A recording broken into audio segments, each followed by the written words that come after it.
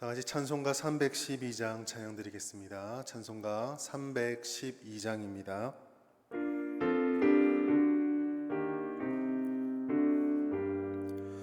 너 하나님께 이끌리어 일평생 주만 바라며 너 어려울 때 힘 주시고 언제나 지켜주시리.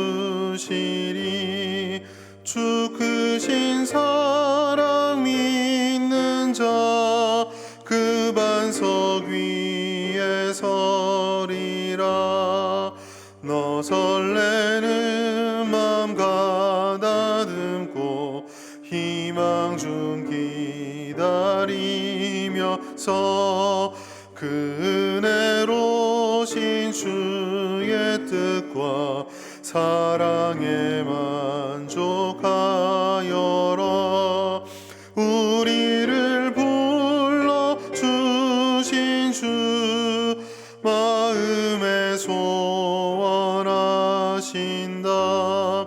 주 찬양하고 기도하며 내 본분 힘써다라.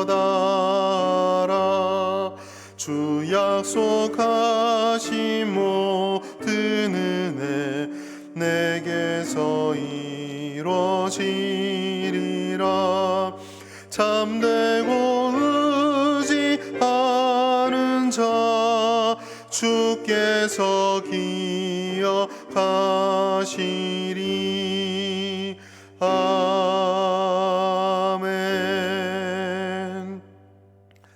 하나님 말씀 고린도전서 4장 6절부터 13절까지 말씀입니다.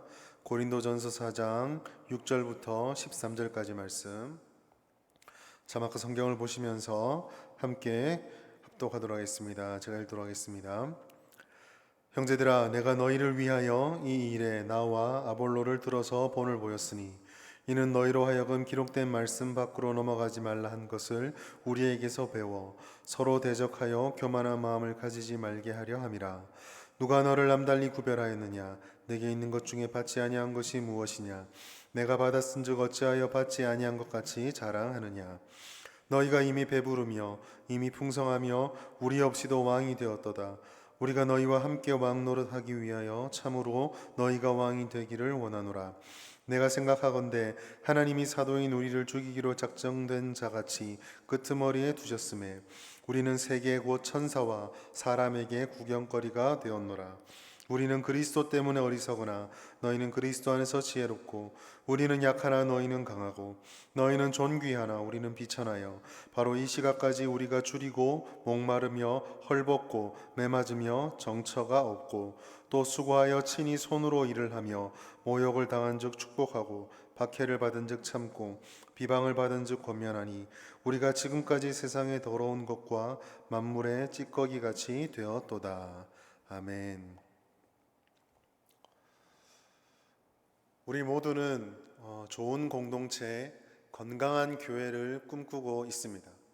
과연 좋은 공동체와 건강한 교회가 어떤 것일까요? 아무런 어려움도 없고 아무런 갈등도 없고 아무런 충돌이 없는 것이 건강하고 좋은 교회일까요?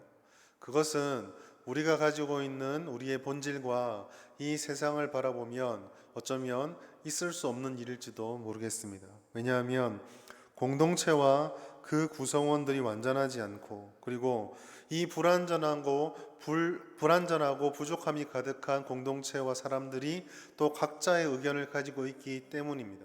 현실적으로 우리가 생각하는 것처럼 아무런 어려움도 없고 아무런 충돌이 없는, 아무런 의견 충돌이 없는 그런 공동체는 없다고 할 수 있습니다.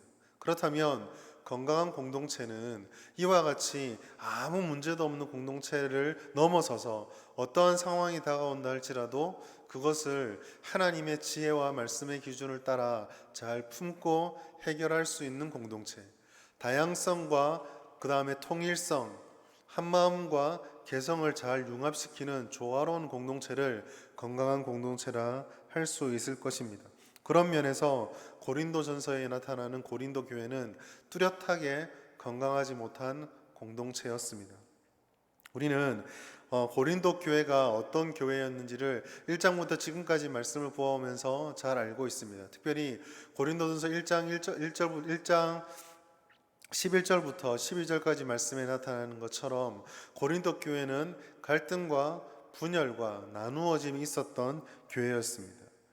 사도 바울은 6절의 말씀 보면 이와 같은 고린도 교회를 향해서 서로 교만한 마음을 가지지 않기를 간절히 바라고 있습니다. 6절 말씀 보면 서로 대적하여 교만한 마음을 가지지 말게 하려 하려고 하나님의 말씀을 전해 주었고 그런 마음을 가지고 있었다라고 사도 바울은 분명하게 말씀하고 있습니다.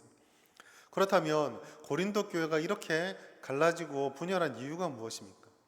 고린도 교회는 우리가 잘 알고 있는 것처럼 능력과 은사가 많이 나타났던 교회였습니다.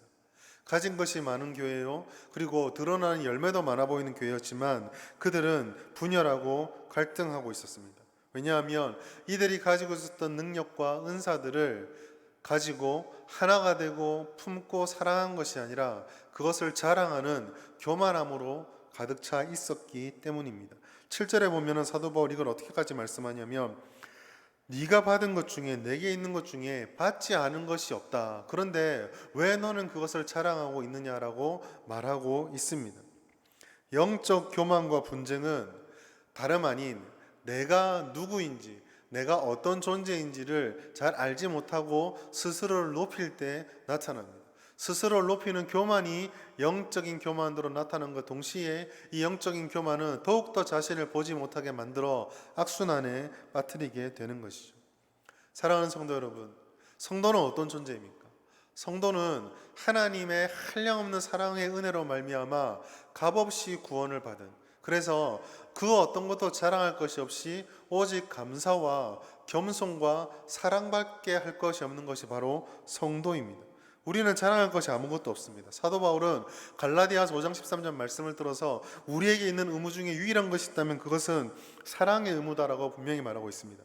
형제들아, 너희가 자유를 위하여 부르심을 입었으나 그러나 그 자유로 육체의 기회를 삼지 말고 오직 사랑으로 서로 종 노릇하라.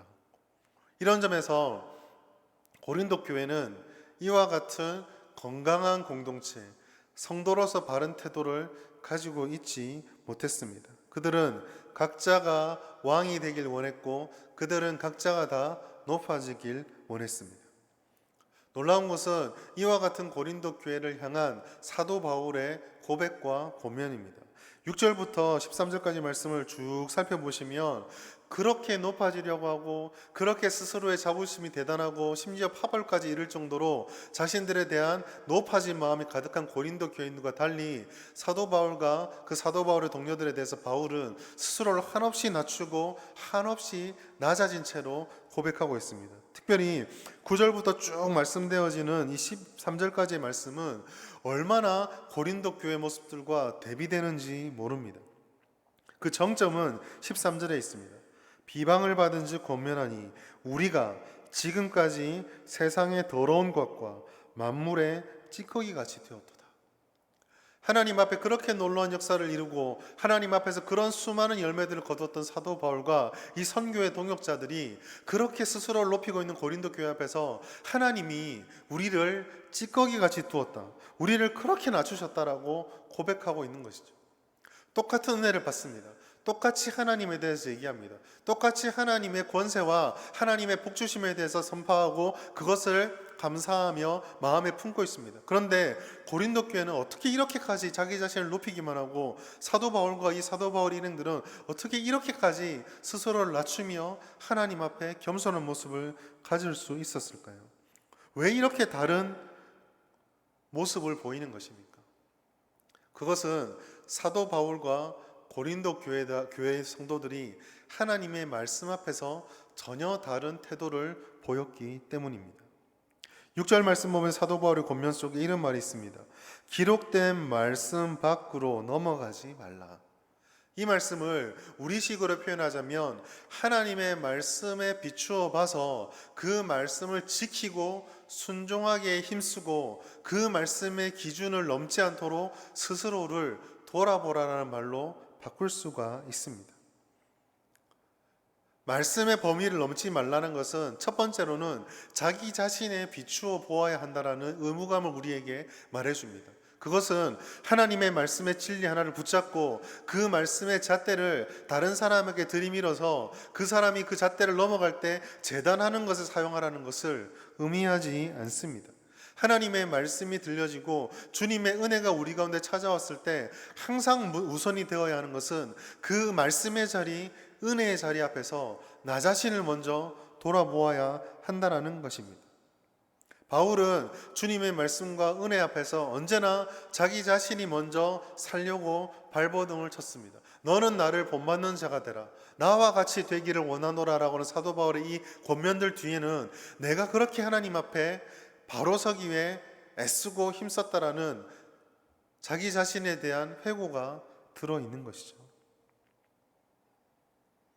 하나님의 말씀 앞에서 우리에게 필요한 것은 판단과 정죄 이전에 감사와 겸손과 순종이 있어야 한다는 것입니다. 그러나 고린도 교회는 자신들이 받았던 은사와 자신들이 가지고 있었던 말씀의 지식을 가지고 다른 사람들을 판단하고 편가르고 스스로를 높이며 분열시키기에 바빴습니다. 그들은 다른 사람 앞에 먼지, 다른 사람들의 티끌은 제거하고자 열심을 내었지만 정작 자신들의 눈 속에 있었던 들보는 뽑지 보지도 못했던 것입니다.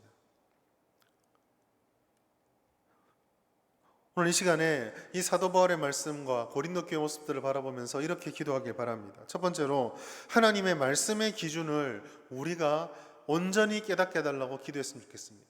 그 말씀의 기준을 알아야 그 말씀의 기준을 따라서 우리는 우리의 삶을 재단하고 또 고쳐나갈 수 있습니다.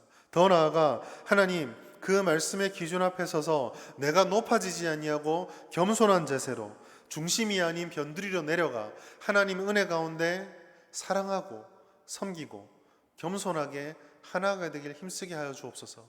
이렇게 기도했으면 좋겠습니다. 마지막으로 그러한 공동체가 우리 공동체가 되고 우리 성령교회가 그 하나님의 은혜 가운데 하나 되는 사랑의 공동체가 되게 하옵소서. 이렇게 기도했으면 좋겠습니다. 오늘 이 말씀을 기억하시면서 오늘 하루도 하나님의 은혜 가운데 풍성하게 준비되어지고 주님 앞에 점점 더 성장하고 성숙해 갈 수 있는 우리 모든 성도님 될 수 있기를 주의 이름으로 축복합니다. 우리가 말씀을 생각하시면서 교회를 위해서 대구 땅을 위해서 나라와 민족을 위해서 합심하여 주의 이름으로 함께 통성으로 기도하겠습니다. 주여 주여 주여. 하나님 아버지, 오늘 우리에게 주신 그 새벽의 말씀 붙잡고 우리 하나님 말씀의 기준을 따라 살기를 원하고 또 하나님 아버지 서로 사랑하며 건강한 공동체가 될 꿈꾸는 그런 저희가 될 수 있도록 도와주시옵소서. 하나님 시간에 교회를 위해서 기도하기 원합니다. 아버지 하나님 우리 교회의 모든 예배와 모임이 정상화되게 하여 주시옵소서. 힘써 모이고 뜨겁게 기도하며 하나님의 은혜와 부흥을 경험할 수 있도록 도와주시옵소서. 성도들의 가정과 기업의 직장을 축복하여 주시고 모든 닫힌 문들 열어주시며 어려움을 극복할 수 있도록 도와주시옵소서. 연약한 성도들과 믿음을 붙들어 주시며 고통 가운데 질병 가운데 힘들어하고 있는 모든 환우들을 기억하고 치료하여 주시옵소서. 주일학교와 청년부의 주의 말씀의 부흥, 새로운 부흥, 영적 부흥을 허락하여 주시길 원합니다. 대구를 위해서 기도합니다. 하나님이 대구 땅의 코로나19의 모든 그림자가 하루빨리 종식되고 사라지게 하여 주시며 확진자들이 모두 고쳐지길 원합니다. 수고하는 공무원들과 의료진들을 강건하게 하여 주옵소서. 학생들의 학업이 정상화되게 해주시며 기업들의 어려움을 잘 이겨낼 수 있도록 도와주시고